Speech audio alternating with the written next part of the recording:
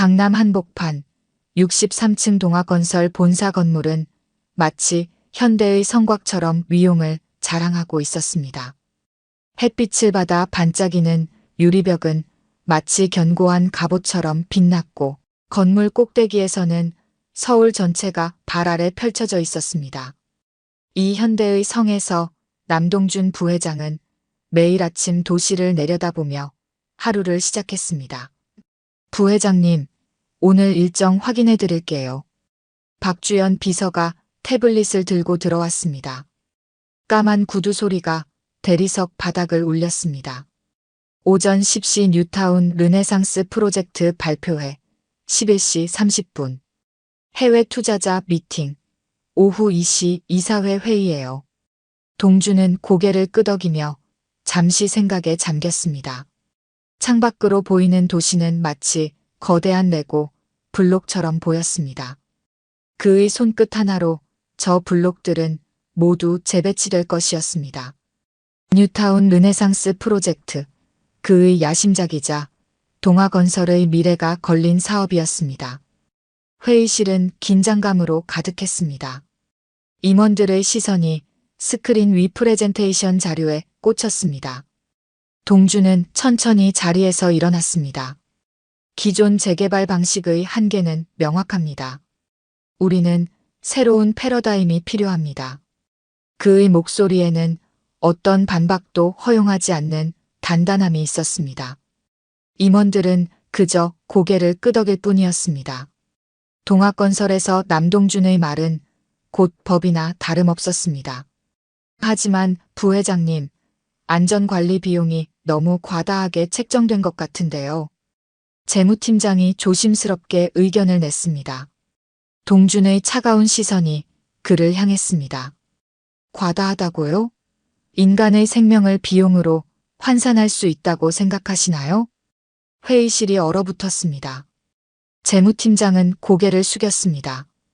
동준은 다시 프레젠테이션을 이어갔지만 그의 마음 한켠이 묘하게 불편했습니다. 안전 비용을 아끼자는 의견에 이렇게 강하게 반응한 것은 어쩌면 그의 내면 깊숙한 곳에 자리 잡은 오래된 기억 때문이었을지도 모릅니다. 이야기를 계속하기 전에 구독과 좋아요 꼭 눌러주시고 매일 배달되는 사연 들어보세요. 알림 설정까지 해두시면 이야기가 올라오자마자 들으실 수 있답니다. 여러분들의 응원은 사연 제작에 정말 큰 힘이 됩니다. 퇴근 시간이 되어서야 동주는 자신의 펜트하우스로 돌아왔습니다. 완벽하게 정돈된 공간, 하지만 그 어디에도 생활의 흔적은 보이지 않았습니다. 단 한 곳을 제외하고는 주방이었습니다. 동주는 정성스럽게 앞치마를 둘렀습니다. 칼을 잡은 그의 손놀림은 놀라울 정도로 섬세했습니다. 야채를 다듬고 고기를 손질하고 불 앞에서 프라이팬을 돌리는 모습은 마치 다른 사람 같았습니다. 요리는 그의 유일한 취미이자 어쩌면 진정한 자신을 마주하는 시간이었습니다. 칼질하는 소리, 재료가 익어가는 소리, 그리고 은은하게 퍼지는 향. 이 시간만큼은 차가운 부회장이 아닌 그저 요리를 사랑하는 한 사람으로 돌아갈 수 있었습니다. 하지만 오늘은 왠지 음식이 입에 당기지 않았습니다. 뉴타운 프로젝트 현장 방문이 내일로 다가왔기 때문이었습니다. 그곳에서 무언가가, 아니 누군가가 자신을 기다리고 있다는 예감이 들었습니다. 마치 오래전 잊어버린 기억처럼 희미하지만 분명한 예감이. 이른 아침 재개발 현장은 이미 분주했습니다. 노란 안전모를 쓴 인부들이 이리저리 움직였고 굴착기의 둔탁한 소리가 공기를 울렸습니다. 동주는 현장 사무실 앞에 검은색 제네시스를 세웠습니다. 부회장님, 이쪽입니다. 현장 소장이 허리를 굽혀 인사했습니다. 동주는 묵묵히 걸음을 옮겼습니다. 낡은 건물들이 줄지어 서 있는 골목으로 들어섰습니다. 곧 사라질 운명의 건물들이었습니다. 철거는 다음 주부터 시작됩니다. 주민들 대부분은 이미 이주를 완료했고요. 아직 남아있는 가구는 네, 몇 군데 있습니다만 곧 소장의 말이 채 끝나기도 전에 고함 소리가 들렸습니다.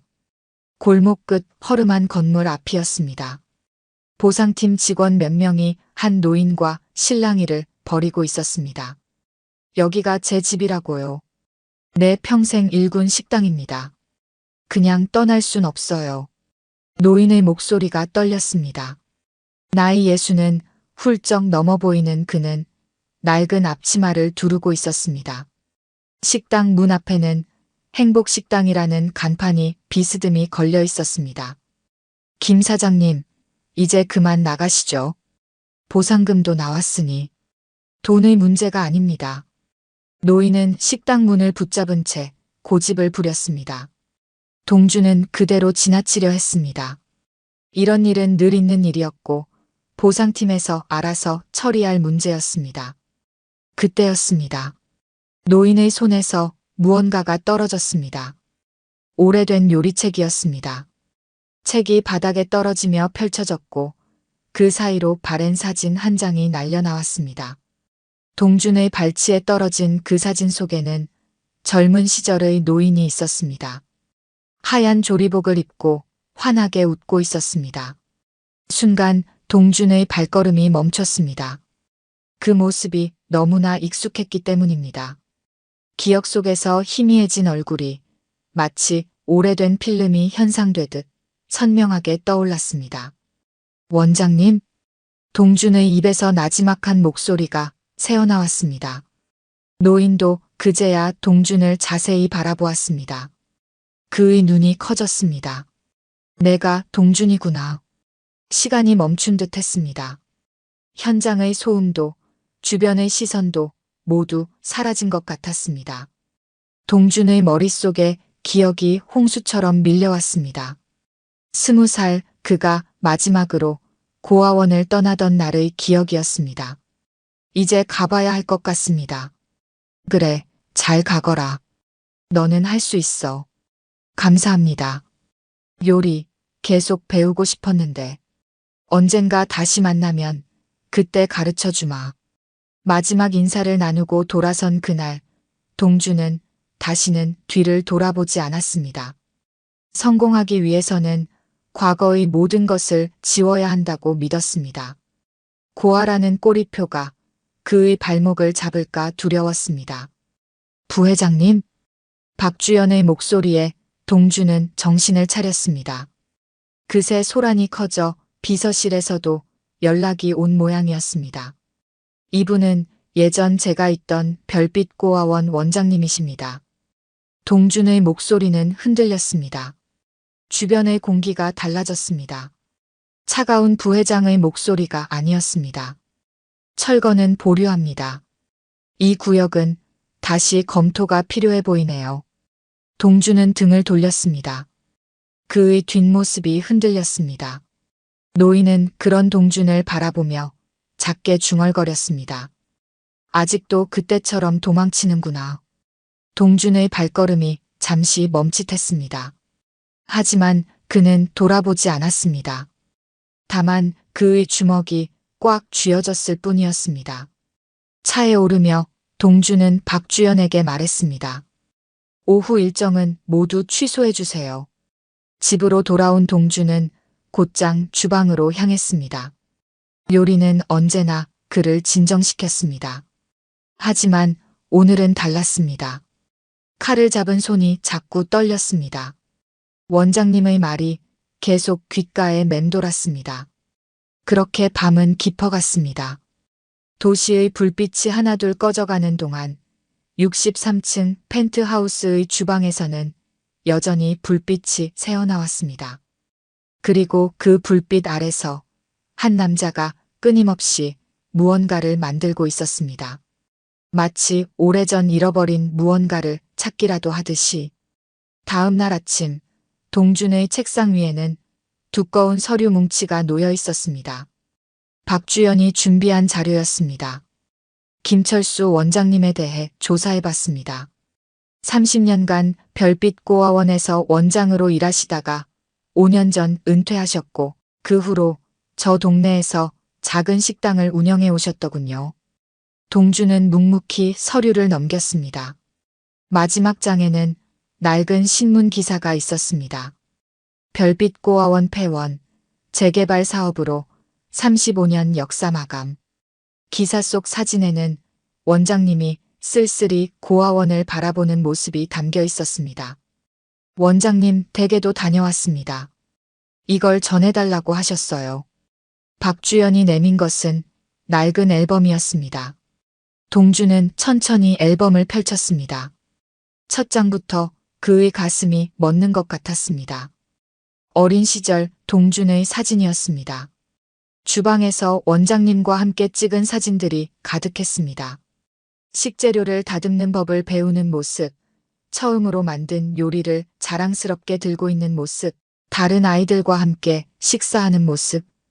부회장님. 현관 앞에 서 있던 박주연이 조심스럽게 말을 이었습니다. 원장님께서 하신 말씀이 있습니다. 부회장님의 아버님에 대해서요. 동준의 손이 앨범 위에서 멈췄습니다. 돌아가시기 전 아버님께서 원장님을 찾아오셨다고 합니다. 부회장님께 전해달라고 맡기고 가신 것이 있다고. 동준은 자리에서 일어났습니다. 창밖으로 보이는 도시가 갑자기 낯설게 느껴졌습니다. 그가 알지 못했던 혹은 알고 싶지 않았던 진실이 그를 기다리고 있었습니다. 행복식당 앞에 차를 세웠습니다. 이른 아침이었지만 불은 켜져 있었습니다. 문을 열자 된장찌개 냄새가 코끝을 찔렀습니다. 그 순간 동준의 눈시울이 뜨거워졌습니다. 고아원에서 매일 아침 맡던 바로 그 냄새였습니다. 왔구나. 원장님이 주방에서 나왔습니다. 여전히 그 낡은 앞치마를 두르고 있었습니다. 앉아라. 밥은 먹었니? 동주는 대답 대신 고개를 저었습니다. 원장님은 말없이 밥상을 차렸습니다. 된장찌개, 계란말이, 몇 가지 밑반찬. 소박하지만 정갈한 아침 식사였습니다. 내가 내 아버님을 만난 건 3년 전이었다. 병원에 입원해 계실 때였지. 원장님은 밥을 한술 뜨고 이야기를 시작했습니다. 돌아가시기 전 이걸 내게 전해달라고 하셨다.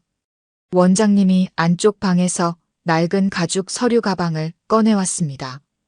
그 안에는 편지 한 통과 함께 묵직한 서류 뭉치가 들어있었습니다. 너를 찾아다녔다고 하시더구나. 하지만 그때마다 넌 이미 떠난 뒤였고. 동주는 떨리는 손으로 편지를 펼쳤습니다. 삐뚤빼뚤한 글씨로 쓰인 편지였습니다. 아들에게. 내가 태어난 걸 알았을 때 나는 이미 너무 늦어버렸다. 가난했고 빚더미에 앉아 있었다. 그래서 널 지킬 자신이 없었다. 하지만 이제는 말할 수 있다. 넌 내 아들이다. 그리고 내게는 동생이 있다. 동준의 손에서 편지가 떨어졌습니다. 서류를 펼쳤습니다. 그의 아버지가 평생 모은 재산의 증여 서류였습니다. 그리고 그 마지막 장에는 한 청년의 사진이 있었습니다. 강민호, 그의 동생이었습니다. 내 동생은 지금 도시재생연구소에서 일하고 있다. 내 아버님은 마지막까지 두 형제가 서로를 찾길 바라셨지. 동주는 자리에서 일어났습니다. 머릿속이 어지러웠습니다.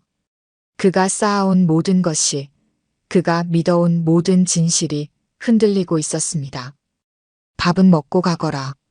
원장님의 목소리가 부드럽게 울렸습니다. 마치 20살 그날처럼. 동주는 천천히 다시 밥상 앞에 앉았습니다. 한술 한술 밥을 떠먹었습니다. 그리고 그 순간 깨달았습니다. 이 맛이 그가 그토록 찾아 헤매던 것이라는 걸. 동주는 며칠째 출근하지 않았습니다. 63층 펜트하우스에서 그는 아버지가 남긴 서류들을 뒤적이고 있었습니다. 서류 속에는 아버지가 평생 모은 재산만이 아닌 두 아들을 찾아다닌 흔적들이 고스란히 담겨 있었습니다. 동생 강민호의 학교 성적표, 상장, 그가 쓴 논문까지. 아버지는 두 아들의 인생을 지켜보며 살아왔던 것입니다. 그날 저녁, 동주는 행복식당으로 향했습니다. 원장님은 마치 기다렸다는 듯 주방으로 그를 이끌었습니다. 오래된 나무 도마 위에는 이미 식재료들이 준비되어 있었습니다. 20살 때처럼 원장님은 칼을 잡는 법부터 다시 가르쳐 주셨습니다. 조리대 앞에 선 동준의 모습은 차가운 부회장의 그것이 아니었습니다. 무언가를 배우는 학생의 모습이었고 잃어버린 아들의 모습이었습니다. 원장님은 묵묵히 동준의 칼질을 지켜보았습니다. 서툴지만 진지한 그 모습에서 원장님은 어린 시절의 동준을 보았습니다. 요리가 완성되어 갈 때쯤 식당 문이 열렸습니다. 박주연이 누군가를 모시고 온 것입니다. 젊은 남자였습니다. 그의 이름은 강민호, 도시재생연구소의 책임연구원이자 동준의 동생이었습니다. 동생은 형과 닮아 있으면서도 전혀 달랐습니다. 부드러운 미소를 짓고 있었지만 그 눈빛은 단단했습니다. 식탁에 앉은 네 사람 앞에는 동준이 만든 된장찌개가 놓였습니다. 원장님의 비법대로 만든 것이었습니다. 민호가 첫 숟가락을 떴습니다. 그의 눈시울이 붉어졌습니다. 어린 시절 고아원에서 맛던 바로 그 맛이었습니다. 말없이 식사가 이어졌습니다. 때로 침묵이 더 많은 이야기를 전하는 법입니다. 두 형제는 서로를 바라보지 않았지만 그들의 마음은 조금씩 가까워지고 있었습니다. 원장님이 담아주신 된장찌개는 식어가고 있었지만 그 온기는 여전히 남아 있었습니다. 식사가 끝나갈 무렵 민호가 서류 한 장을 꺼냈습니다. 도시재생 프로젝트 계획서였습니다. 재개발 사업으로 사라질 위기에 처한 오래된 동네를 살리는 내용이었습니다. 그곳은 다름 아닌 행복식당이 있는 이 동네였습니다. 동주는 말없이 서류를 훑어보았습니다. 그의 손이 미세하게 떨렸습니다. 창밖으로 저녁 노을이 지고 있었습니다. 식당 유리창에 비친 네 사람의 모습이 겹쳐졌습니다. 원장님의 낡은 앞치마, 박주연의 단정한 정장, 민호의 캐주얼한 차림, 그리고 동준의 고급 슈트. 너무나 다른 삶을 살아온 이들이었지만 이 순간만큼은 한 식탁에 모여 같은 맛을 나누고 있었습니다. 주방에서는 설거지하는 소리가 들렸습니다. 동준이 자청했습니다. 그의 손놀림은 어설펐지만 진지했습니다. 민호는 형의 뒷모습을 바라보았습니다. 차가운 부회장의 모습이 아닌 그저 한 사람의 아들이자 형으로 서 있는 모습이었습니다. 돌아가는 길, 동준의 차 안에는 원장님이 싸주신 반찬통이 놓여 있었습니다. 평생을 최고급 레스토랑에서 식사해온 그였지만 이 소박한 반찬통이 그의 가슴을 더 뜨겁게 만들었습니다. 마치 오래전 잃어버린 온기를 되찾은 것처럼.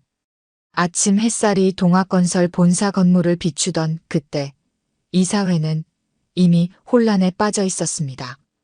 뉴타운 르네상스 프로젝트의 전면 수정안이 제출된 것입니다. 수정안의 핵심은 기존 재개발 방식의 전면 철거가 아닌 도시재생 방식의 도입이었습니다. 동준이 직접 제안한 안이었습니다. 회의실에서는 반대 의견이 쏟아졌습니다. 수익성이 떨어진다는 것, 전례가 없다는 것, 리스크가 크다는 것. 동준은 그들의 반대를 충분히 예상했습니다. 하지만 그의 마음은 이미 정해져 있었습니다. 강민호가 제시한 도시재생 계획은 단순한 대안이 아닌 그들이 잃어버린 시간을 되찾을 수 있는 기회였습니다. 이사회가 끝난 후 재무팀장이 찾아왔습니다. 그가 내민 서류에는 지난 5년간의 비자금 조성 내역이 담겨 있었습니다. 이전 경영진 시절부터 이어져 온 관행이었고 동준도 알고 있었지만 묵인해온 일이었습니다. 재무팀장의 표정에는 은은한 위협이 서려 있었습니다. 동주는 서류를 받아들었습니다. 그리고 그대로 찢어버렸습니다. 더 이상 타협하지 않겠다는 의지의 표현이었습니다. 재무팀장의 얼굴이 창백하게 변했습니다. 회사는 경랑 속으로 빠져들고 있었습니다. 그날 저녁 행복식당에는 평소보다 많은 사람들이 모였습니다. 동준과 민호, 그리고 도시재생연구소의 연구원들이었습니다. 원장님은 모두를 위해 된장찌개를 끓이셨습니다. 식당 한켠에는 도시재생계획도가 펼쳐져 있었습니다. 오래된 건물들 사이로 새롭게 그려질 골목길들, 주민들의 삶이 이어질 공간들이 그려져 있었습니다. 하지만 그들의 논의는 오래가지 못했습니다. 원장님이 그만 쓰러지신 것입니다. 병원으로 급히 이송된 원장님의 진단은 좋지 않았습니다. 과로와 스트레스로 인한 심장 기능 저하였습니다. 병실에 누운 원장님의 모습은 너무나 작고 힘없어 보였습니다.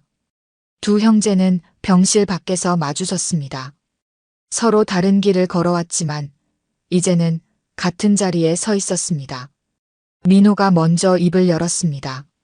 원장님이 그들의 친부를 어떻게 만나게 되었는지, 그리고 왜 그토록 오랫동안 두 형제의 재회를 준비해왔는지 이야기했습니다.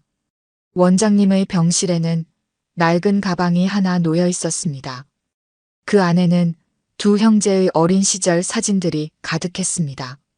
운동회 날의 민호, 요리대회에서 상을 받은 동준, 그리고 두 사람이 각각 고아원을 떠나던 날의 사진까지. 원장님은 그들의 인생을 차곡차곡 모아오신 것입니다. 동준의 핸드폰이 울렸습니다. 박주연이었습니다. 회사에서 긴급 이사회가 소집되었다는 소식이었습니다. 동준을 몰아내기 위한 기존 경영진의 마지막 카드가 시작된 것입니다. 하지만 동준은 핸드폰을 꺼버렸습니다. 지금 이 순간 이곳이 그가 있어야 할 자리였습니다. 밤이 깊어갔습니다. 병실의 창가에 기대어 선 동준은 도시의 불빛을 바라보았습니다. 63층에서 내려다보던 그 풍경이 이제는 전혀 다르게 보였습니다. 차가운 빛이 아닌 사람들의 삶이 담긴 이야기로 보였습니다. 옆 침대에서는 민호가 원장님의 손을 잡은 채 깜빡 잠이 들어 있었습니다. 동준은 자신도 모르게 원장님의 다른 한 손을 잡았습니다. 그 순간 원장님의 입가에 작은 미소가 어렸습니다. 마치 오래전부터 이 순간을 기다려왔다는 듯이. 새벽녘 병실 창문으로 희미한 빛이 스며들기 시작했습니다. 원장님의 상태는 조금씩 호전되고 있었습니다. 산소 마스크 너머로 보이는 얼굴은 여전히 창백했지만 맥박은 안정을 찾아가고 있었습니다. 동준은 병실을 나와 병원 옥상으로 향했습니다. 찬 공기가 그의 뺨을 스쳤습니다. 손에는 아버지가 남긴 편지가 들려 있었습니다. 몇 번을 읽었는지 종이는 이미 구겨져 있었습니다. 편지의 마지막 문장이 가슴을 파고들었습니다. 너희는 서로가 필요할 것이다. 민호가 어느새 옥상에 올라와 있었습니다. 동준의 옆에 조용히 서서 떠오르는 해를 바라보았습니다. 두 사람 사이에 긴 침묵이 이어졌습니다. 때로는 말보다 침묵이 더 많은 것을 전하는 법입니다. 동준의 사무실에서는 긴급 대책회의가 열리고 있었습니다. 이 사진들은 동준의 부재를 틈타 경영권 방어 계획을 세우고 있었습니다. 하지만 박주연은 이미 모든 상황을 예측하고 있었습니다. 동준이 그동안 준비해온 비리 자료들이 언론사로 하나둘 흘러들어가기 시작했습니다. 행복식당은 그날 처음으로 문을 열지 못했습니다. 하지만 식당 앞에는 동네 주민들이 하나둘 모여들었습니다. 원장님이 그동안 몰래 도와주었던 사람들이었습니다. 끼니를 거르는 독거노인에게 매일 저녁 반찬을 가져다 주고 형편이 어려운 학생들에게 따뜻한 한 끼를 대접하고 이웃의 크고 작은 일에 발 벗고 나서 주었던 원장님의 손길을 기억하는 사람들이었습니다. 병실로 돌아온 두 형제는 원장님의 기억 속에서 자신들을 발견했습니다. 식당 구석구석에 붙어있는 사진들, 메뉴판 뒤에 숨겨져 있던 상장들, 그리고 주방 한켠에 고이 모셔둔 두 개의 앞치마. 원장님은 그들이 떠난 후에도 늘 그 자리를 지키고 계셨던 것입니다. 동준의 핸드폰이 울렸습니다. 회사 비리에 대한 보도가 시작되었다는 소식이었습니다. 이 사진들의 불법 자금 횡령, 공사 과정의 부실 시공 의혹, 안전관리 비용 축소 등 그동안 쌓여온 문제들이 하나둘 드러나기 시작했습니다. 민호는 연구소 동료들과 함께 도시재생 계획을 다듬어가고 있었습니다. 단순히 건물을 보수하는 것이 아닌 사람들의 삶과 기억을 지켜내는 계획이었습니다. 행복식당을 중심으로 형성된 골목 공동체의 이야기가 계획의 핵심이 되었습니다. 저녁이 되자 원장님이 깨어나셨습니다. 힘없는 목소리로 두 형제를 불렀습니다. 떨리는 손으로 그들의 손을 잡으셨습니다. 말씀은 없으셨지만 그 손길에는 오랜 시간 가슴 깊이 간직해온 사랑이 담겨 있었습니다. 밤이 깊어갔습니다. 병실 안에는 세 사람의 고요한 숨소리만이 남았습니다. 창밖으로는 도시의 불빛이 반짝였습니다. 그 불빛 하나하나에는 저마다의 이야기가 담겨 있었습니다. 행복식당의 불빛은 꺼져 있었지만 그곳에서 시작된 새로운 이야기는 이제 막 시작되고 있었습니다. 동주는 잠들지 못한 채 창가에 서 있었습니다. 이제 그는 알았습니다. 진정한 성공이란 무엇인지, 왜 아버지가 끝까지 두 형제의 재회를 바랐는지, 그리고 원장님이 그토록 오랫동안 한 자리를 지켜온 이유를. 모든 답은 이미 그의 가슴 속에 있었습니다. 다만 그것을 받아들일 준비가 되지 않았을 뿐이었습니다. 병실 문 밖에는 동네 주민들이 가져온 음식들이 조용히 놓여 있었습니다. 그들이 남긴 쪽지에는 한결같이 어서 돌아오세요라는 말이 적혀 있었습니다. 사람들은 기다리고 있었습니다.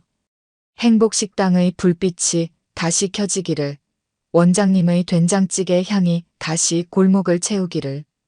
한 달 후 동학건설 본사에서는 임시 주주총회가 열렸습니다. 회의장은 이전과는 전혀 다른 분위기였습니다. 동주는 단상 위에서 새로운 비전을 발표하고 있었습니다. 뉴타운 르네상스 프로젝트는 이제 도시 공동체 재생 프로젝트로 이름을 바꾸었습니다. 프레젠테이션 화면에는 행복식당이 있는 골목의 새로운 청사진이 떠올랐습니다. 낡은 건물들은 그대로 두되 안전하게 보수하고, 골목길은 사람들의 이야기가 흐르는 공간으로 재탄생하는 계획이었습니다. 그 중심에는 행복문화센터가 자리 잡고 있었습니다.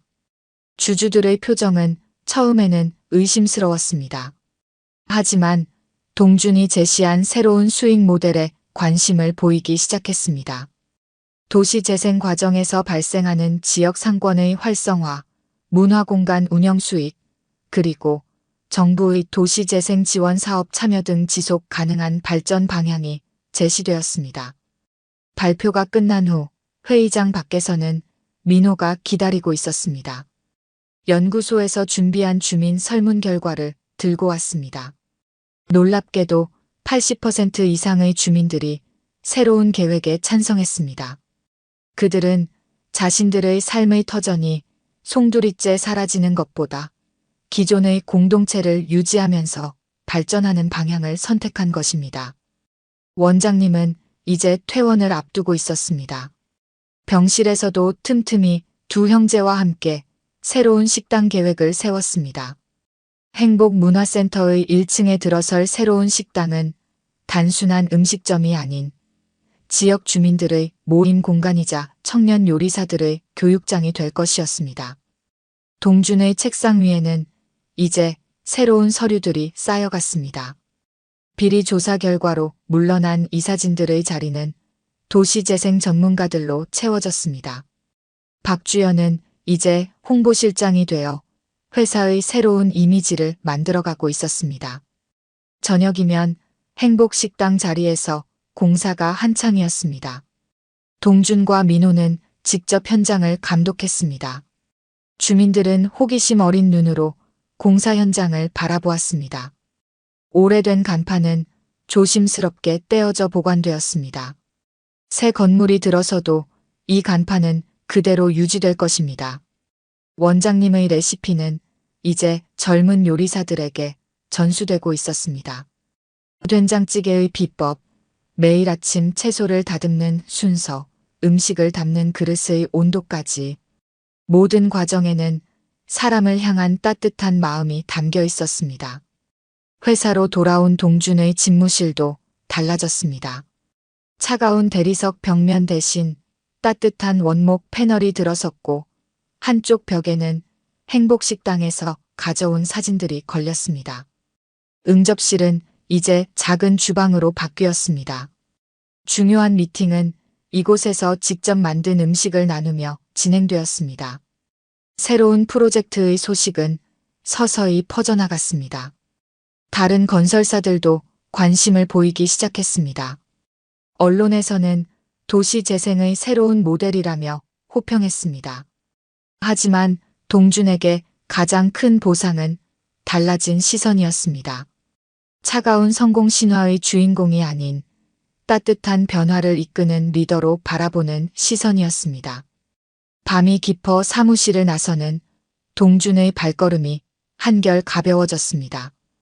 이제 그는 매일 저녁 행복식당 공사 현장에 들러 원장님, 민호와 함께 저녁을 먹었습니다.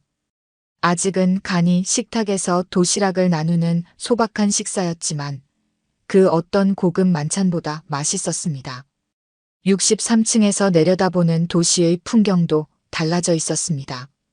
이제 그의 눈에는 차가운 빌딩 숲이 아닌 사람들의 삶이 숨쉬는 이야기가 보였습니다. 그리고 그 이야기 속에서 자신의 새로운 길을 발견하고 있었습니다. 봄이 찾아왔습니다. 행복문화센터 앞의 벚꽃이 활짝 피었습니다. 오늘은 센터의 공식 개관식 날이었습니다. 1층의 행복식당은 이미 아침부터 북적였습니다. 원장님은 여전히 그 낡은 앞치마를 두르고 주방에 서 계셨습니다. 이제는 젊은 요리사들과 함께였습니다. 개관식장에는 많은 사람들이 모였습니다. 동네 주민들, 회사 임직원들, 그리고 도시재생 사업에 관심을 가진 각계각층의 인사들까지 동준이 단상에 섰습니다. 그의 뒤로는 오래된 행복식당 간판이 새 건물 벽에 자리 잡고 있었습니다. 이 공간은 단순한 건물이 아닙니다.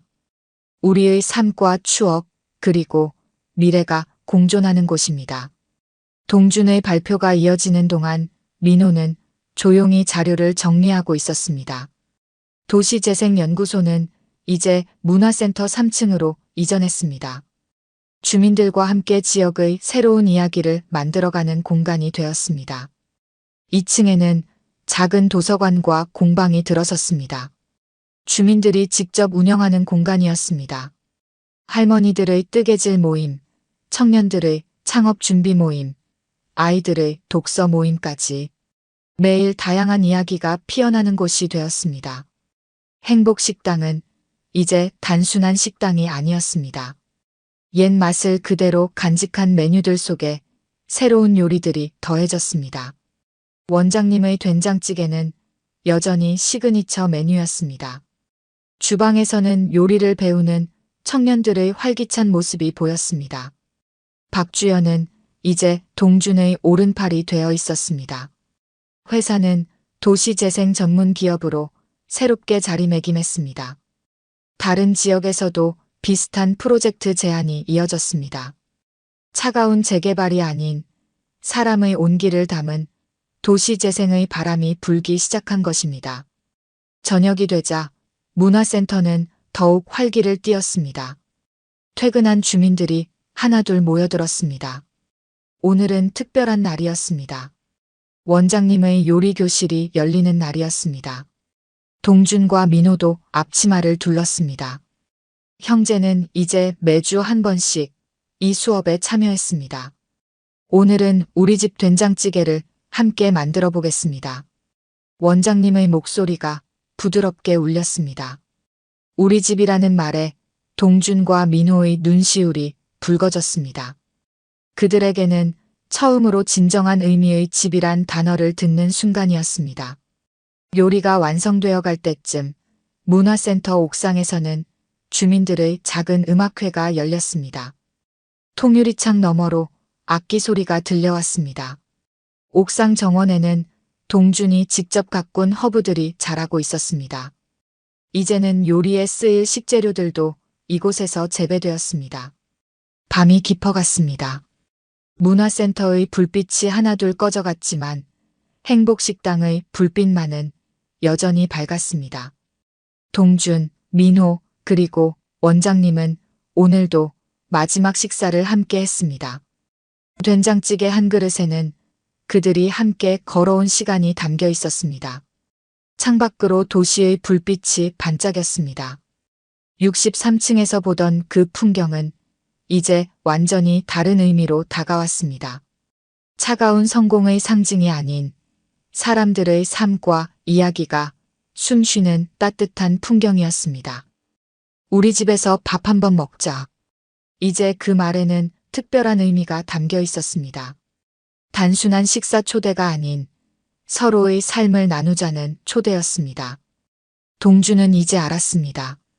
진정한 집은 건물이 아닌 마음이 모이는 곳이란 것을. 그리고 그 집은 지금 여기 완성되어 있었습니다. 오늘 들려드린 이야기가 여러분의 마음에 작은 울림이 되었기를 바랍니다. 아까 깜빡하신 분들이 계셨다면 좋아요와 구독 부탁드려요. 다음 사연을 들려드리는데 큰 힘이 된답니다. 그리고 여러분의 이야기도 댓글로 들려주세요. 다음 이야기 때 또 뵙겠습니다.